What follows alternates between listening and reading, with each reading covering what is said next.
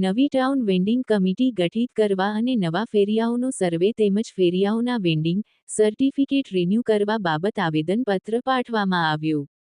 ભુજ તારીખ 4 આજરોજ ભુજ ખાતે કચ્છ કલેક્ટર સાહેબને સ્ટ્રીટ વેન્ડર એસોસિએશન કચ્છના પ્રમુખ મયુરભાઈ ગોર, વિમલસિંહ ચૌહાણ, મેહુલભાઈ જોશી, યસ ખત્રી, રજાક ચાકી, કલ્યાણભાઈ પ્રજાપતિ, દિનેશભાઈ ડુડિયા, સુનિલ પટણી વગેરે દ્વારા આવેદનપત્ર પાઠવવામાં આવ્યું.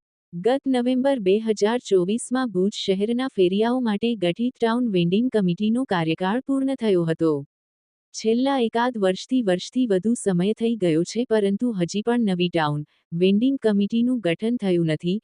તે પરિણામે શેરી ફેરિયાઓ માટેના વિવિધ પ્રશ્નોના ઉકેલ માટે મુશ્કેલીઓ સર્જાઈ રહી છે. Gujarat street vendors protection of livelihood and regulation of street vending rules 2016ના ચેપ્ટર 3ના સેક્શન 2 મુજબ જિલ્લા કલેક્ટરે ટાઉન વેન્ડિંગ કમિટીનું ગઠન કરવાનું હોય છે. આ જોગવાઈ અંતર્ગત કલેક્ટર સાહેબને પત્ર પાઠવવામાં આવ્યો છે.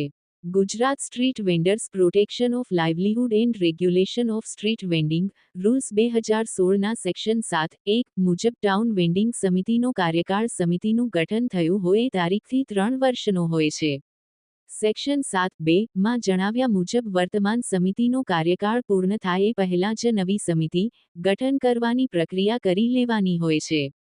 ટીવીસીની નવી સમિતિના ગઠનની પ્રક્રિયા પહેલાં નિમ્નલિખિત મહત્વની પ્રક્રિયા કરવાની રહે છે, જેથી ટીવીસીની નવી સમિતિ માટે યોગ્ય ઉમેદવારો પોતાની ઉમેદવારી નોંધાવી શકે તેમજ ભુજના દરેક શેરી ફેરિયાઓ સમિતિ માટે યોગ્ય આગેવાનને પોતાનો મત આપીને ચૂંટણીમાં સહભાગી બની શકે.